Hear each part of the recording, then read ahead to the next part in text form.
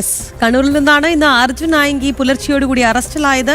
നമ്മൾ നേരത്തെ സൂചിപ്പിച്ചതുപോലെ ഒരു ഫ്ളാറ്റിൽ, അഭിഭാഷകയുടെ ഫ്ളാറ്റിൽ എത്തിയതാണ് അർജുൻ ആയങ്കി. പക്ഷേ ആ സമയത്ത് നേരത്തെ നമ്മൾ സൂചിപ്പിച്ചതുപോലെ മല്ലപ്പള്ളിയിൽ പോലീസ് അർജുൻ ആയങ്കിക്ക് വേണ്ടി ഇരുട്ടിൽ തപ്പുകയായിരുന്നു. പക്ഷെ ഒരു ഓട്ടോ ഡ്രൈവർ ഇതുപോലെ ഞാൻ ഒരാളെ അഭിഭാഷകയുടെ ഫ്ളാറ്റിന്റെ സമീപത്ത് കൊണ്ട് ഇറക്കിയിട്ടുണ്ട്, അത് അർജുൻ ആയങ്കിയാണ് എന്ന് തോന്നുന്നു എന്ന് നൽകിയ നിർണായകമായ സന്ദേശമാണ് തെല്ലൊരാശ്വാസം പോലീസിന് നൽകുന്നത്. എന്തായാലും പോലീസ് ഇപ്പോൾ അർജുൻ ആയങ്കിയെ ഓടിച്ചിട്ട് പിടികൂടി എന്നൊക്കെ പറയുന്നുണ്ട്. കമ്മീഷണർ അവകാശപ്പെടുന്നുണ്ട്. അത് മാത്രമല്ല, രാഖി ഒന്ന് ആലോചിച്ച് നോക്കുക, എങ്ങാനും ഈ ഒരു വിവരം പോലീസിന് ലഭിച്ചില്ലായിരുന്നു എന്ന് കരുതുക, സ്വാഭാവികമായും അർജുൻ ആയങ്കി കോടതിയിൽ ഒരുപക്ഷെ നിയമപരമായി കീഴടങ്ങുമായിരിക്കും.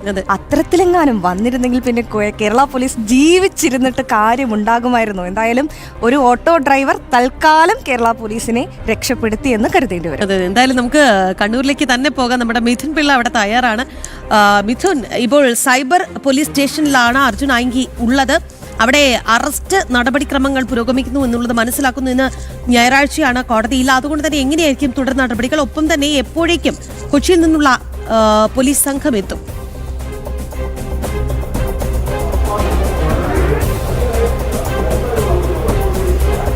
രാഖി, നിലവിൽ ഈ കണ്ണൂർ സൈബർ ക്രൈം പോലീസ് സ്റ്റേഷനിലാണ് ഇയാൾ ഉള്ളത്. സൈബർ ക്രൈം പോലീസ് രജിസ്റ്റർ ചെയ്ത കേസുമായി ബന്ധപ്പെട്ടാണ് ഇയാൾ പിടിയിലായിരിക്കുന്നത്. അല്പസമയത്തിനകം തന്നെ നടപടിക്രമങ്ങൾ പൂർത്തിയാക്കി ഇയാളെ അറസ്റ്റ് രേഖപ്പെടുത്തും. തുടർന്ന് വളരെ പെട്ടെന്ന് തന്നെ മജിസ്ട്രേറ്റിന് മുന്നിൽ ഹാജരാക്കാനുള്ള തീരുമാനത്തിലേക്കാണ് അന്വേഷണ സംഘം പോകുന്നത് എന്നാണ് മനസ്സിലാക്കാൻ വേണ്ടി സാധിക്കുന്നത്. കാരണം ഞാൻ നേരത്തെ രാഖി പറഞ്ഞതിന് കോടതി അവധിയാണ്, ഞായറാഴ്ചയാണ്. സ്വാഭാവികമായും നടപടിക്രമങ്ങൾ പൂർത്തിയാക്കേണ്ടതുണ്ട്. അതുകൊണ്ട് തന്നെ മജിസ്ട്രേറ്റിന് മുന്നിൽ ഹാജരാക്കി തുടർ നടപടികൾ സ്വീകരിക്കും. ആ സമയത്തേക്ക് ഉച്ചയാകുമ്പോഴേക്കും ഈ കൊച്ചിയിൽ നിന്നുള്ള അന്വേഷണ സംഘം അല്ലെങ്കിൽ പ്രത്യേക അന്വേഷണ സംഘം കണ്ണൂരിലേക്ക് എത്തും എന്നാണ് പ്രതീക്ഷിക്കുന്നത്. അതുകൊണ്ട് തന്നെ വന്നു കഴിഞ്ഞാൽ ആ പ്രത്യേക അന്വേഷണ സംഘത്തിന് അർജുൻ ആയങ്കിയെ കൈമാറും. ഉച്ചയോടുകൂടി തന്നെ ഇവിടെ നിന്ന് കണ്ണൂരിൽ നിന്ന് കൊണ്ടുപോകുമെന്നാണ് മനസ്സിലാക്കാൻ വേണ്ടി സാധിക്കുന്നത്.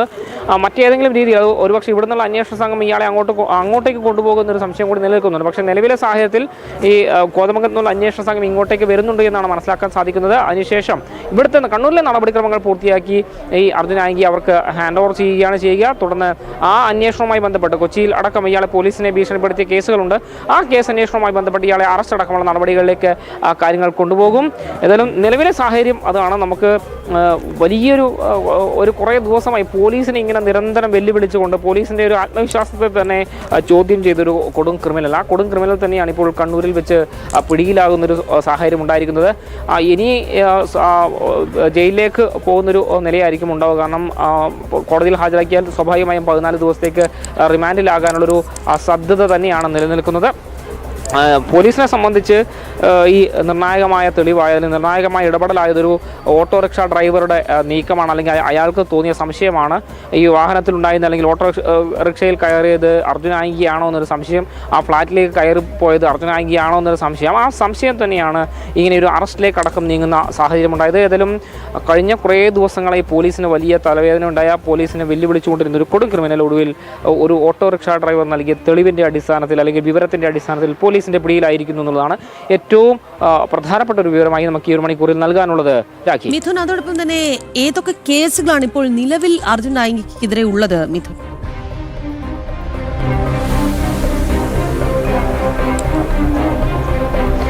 നിലവിൽ നിരവധി കേസുകളുണ്ട് എന്നാണ് മനസ്സിലാക്കാൻ വേണ്ടി സാധിക്കുന്നത്. പോലീസിന്, അതായത് കോതമംഗലം CA ഭീഷണിപ്പെടുത്തിയ ഒരു കേസ് നിലവിലുണ്ട് എന്ന് മനസ്സിലാക്കാൻ വേണ്ടി സാധിക്കുന്നു. സാമൂഹ്യ മാധ്യമങ്ങളിലൂടെ ഇത്തരത്തിൽ അപകീർത്തികരമായ പോസ്റ്റുകൾ ഇട്ടു അല്ലെങ്കിൽ ഭീഷണിപ്പെടുത്തിയ നടക്കമുള്ള പോസ്റ്റുകളുടെ അടിസ്ഥാനത്തിൽ കണ്ണൂർ സൈബർ ക്രൈം പോലീസ് ഒരു കേസ് എടുത്തിട്ടുണ്ട്. എറണാകുളത്ത് തന്നെ നിരവധി കേസുകൾ ഇയാൾക്കെതിരെ ഉണ്ട് എന്നാണ് മനസ്സിലാക്കാൻ വേണ്ടി സാധിക്കുന്നത്. മാത്രമല്ല, നേരത്തെ സ്വർണ്ണം നിലവിലുള്ള കേസുകളാണ് ഞാൻ പറഞ്ഞത്. മറ്റൊന്ന്, നേരത്തെ ഈ സ്വർണ്ണം പൊട്ടിക്കൽ കേസുകളടക്കം ഇയാൾക്കെതിരെ നേരത്തെ ഉണ്ടായിരുന്നു. കരിപ്പൂരിൽ സ്വർണ്ണം പൊട്ടിച്ച് കടന്ന സംഘത്തിലെ ആളുകൾ വാഹനാപകടത്തിൽ മരിച്ച കേസുമായി ബന്ധപ്പെട്ട് ഇയാൾക്ക് കൃത്യമായ പങ്ക് ഇയാൾ ആ സംഭവ സമയത്ത് ഉണ്ടായിരുന്നു. സ്വർണ്ണം പൊട്ടിക്കൽ സംഘത്തിലെ പ്രധാനിയായിരുന്നു എന്നടക്കമുള്ള വിവരങ്ങളുണ്ട്. അപ്പോൾ ആ സമയത്ത് ഇയാളെ അറസ്റ്റ് ചെയ്യുകയും പ്രത്യേക അന്വേഷണ സംഘം ഉണ്ടാക്കി സ്വർണ്ണം പൊട്ടിക്കൽ സംഘത്തിലുണ്ടായിരുന്ന ഇയാളെ അറസ്റ്റ് ചെയ്യുകയും കണ്ണൂരിലെ വീട്ടിലെത്തി അടക്കം ഇയാളുടെ തെളിവെടുക്കുക ഒക്കെ തന്നെ ചെയ്തതാണ്. ആ സമയത്ത് ആ ഒരു സാഹചര്യത്തിന് ശേഷം ഏറെ കാലത്തിന് ശേഷമാണ് ഇയാൾക്ക് വീണ്ടും ഈ പോലീസിനെ വെല്ലുവിളിച്ചതുമായി അല്ലെങ്കിൽ പോലീസിനെ ഭീഷണിപ്പെടുത്തിയതുമായി ബന്ധപ്പെട്ട കേസുകളൊക്കെ വരുന്നൊരു സാഹചര്യം ഉണ്ടായത്. എന്തായാലും ഈ ഒരു ക്രിമിനൽ കുടുങ്ങുന്ന സമയത്ത് മറ്റൊരു ക്രിമിനലാണ് സപ്പോർട്ടുമായി വരുന്നതൊക്കെ സാഹചര്യം കണ്ണൂരിൽ ഇതിലുണ്ടായിട്ടുണ്ട്. കാരണം അർജുൻ ആയങ്കിയെ വെടിവെച്ച് പിടിക്കണമെന്നൊക്കെ തരത്തിലുള്ള വാർത്തകൾ വന്ന സമയത്ത് ആകാശ് തില്ലങ്കേരിയെ പോലെ ആളുകൾ ഇയാൾക്ക് പിന്തുണയുമായി രംഗത്ത് വരുന്നതൊക്കെ തന്നെ നമ്മൾ കണ്ടതാണ്. മാത്രമല്ല ചില സൈബർ ആളുകളൊക്കെ തന്നെ അത് മനുഷ്യാവകാശ ലംഘനമാണെന്നൊരു വിമർശനമൊക്കെ ഈ രംഗത്ത് വരുന്ന ഒരു സാഹചര്യം കൂടി ഉണ്ടായിട്ടുണ്ട്. ഏതായാലും വലിയ വെല്ലുവിളിയൊക്കെ ആയിരുന്നു നടത്തിയിരുന്നത്.